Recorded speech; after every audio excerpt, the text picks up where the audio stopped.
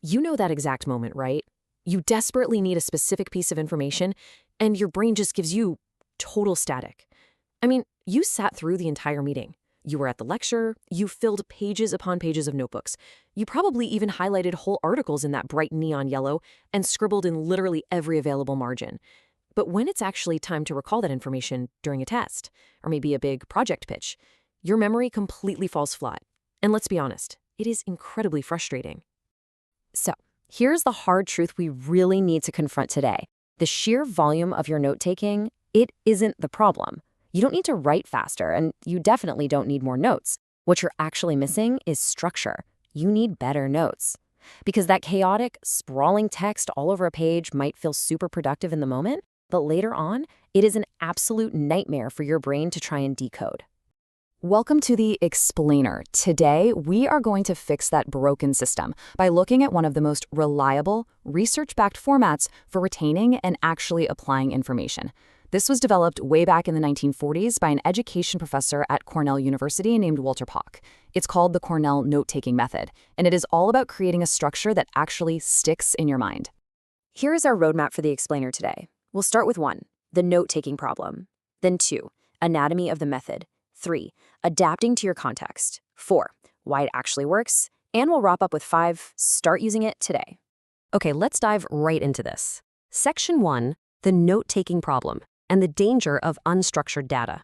Listen to this quote from our source material. You filled notebooks, highlighted articles, and scribbled across margins, but when it's time to recall information, your memory falls flat.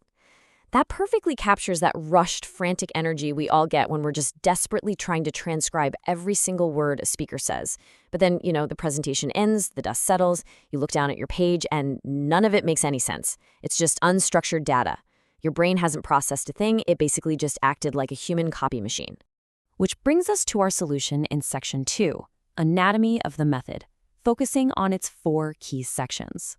Now, what's really interesting about this setup is how simple, yet incredibly intentional, the layout actually is. You're basically dividing a single page into 4 distinct zones. Up at the very top, you always have your title and date. I know, it sounds basic, but it makes future review lightning fast. Then, on the right side, you have your note-taking area. This is the biggest chunk of the page. It's where you capture the bulk of your information during the actual session. Your bullet points, facts, diagrams, the whole shebang. But here is where the magic happens. On the left side, you have this narrow Q column. You use this for keywords, main ideas, or questions that relate back to those main notes. And finally, across the bottom, the summary section. Now, this part is completed after your session ends, which literally forces you to distill the entire page into a few key sentences in your own words. Moving right along to Section 3, adapting to your context. And this brilliantly illustrates how the exact same framework adapts to completely different worlds. Think about a student versus a professional. If you're a student sitting in a dense biology lecture, your Q column is going to be packed with concept questions, key vocabulary terms, and prompts for self-quizzing later on. But what if you're a professional in a high-stakes client meeting? Well, your main notes capture the quotes and decisions, while your Q column captures team member names, specific project references, or critical follow-up questions you need to ask your boss. The framework itself stays exactly the same, but the application shifts entirely based on what you need to extract from that specific room. Really, whether you're reading a massive nonfiction book, managing an ongoing project, or analyzing a webinar, you can make this work for you. You can use it to condense huge reading chunks into easily digestible takeaways. You can even use it to summarize your favorite true crime podcast, if that's your thing. If you're a visual learner, you can implement color coding within that main notes area, like say blue for abstract theories and red for real-world examples.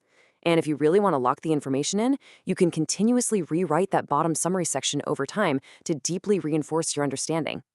Let's move to Section 4, Why It Actually Works, and see how this builds into core cognitive principles. So the first scientific principle at play here is active recall. Remember that left-hand Q column we talked about? Its true superpower unlocks after you've taken the notes. By literally covering up the large notes area on the right and only looking at the cues or questions on the left, you're forcing your brain to actively search for the answers. You're self-quizzing. This process of active retrieval dramatically strengthens your memory retention compared to just passively reading your notes over and over again. It's an absolute game changer. Then we stack spaced repetition right on top of that. Because your notes are now perfectly structured with titles, dates, cues, and summaries, they are incredibly easy to review. By re-reviewing these structured pages at specific intervals, say a day later, then a week later, then a month later, you massively enhance your long-term retention. In fact, studies show that learners who consistently use structured methods like this just outperform their peers across the board in both comprehension and recall. Finally, we have cognitive load reduction and reflection. Look, a massive wall of text is just totally overwhelming to the human brain. By physically breaking the information down into distinct columns, it instantly becomes more digestible. Plus, that summary section at the bottom, it forces you to actually process the information.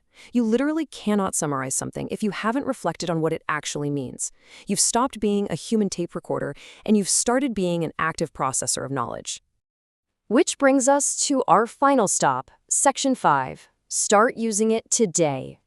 So the crucial point is, there is absolutely no barrier to entry here. You don't need any fancy software to do this, though a lot of digital note-taking apps absolutely do support this layout. Really, all you need is a blank notebook and a pen. Here is your definitive blueprint so you can just draw it yourself right now. Leave a 2.5-inch margin on the left side for your cue column. Give yourself a generous 6 inches on the right side for your main notes, and then just block off the bottom 2 inches of the page for your summary. That is it. Draw those lines and you have instantly upgraded your ability to learn.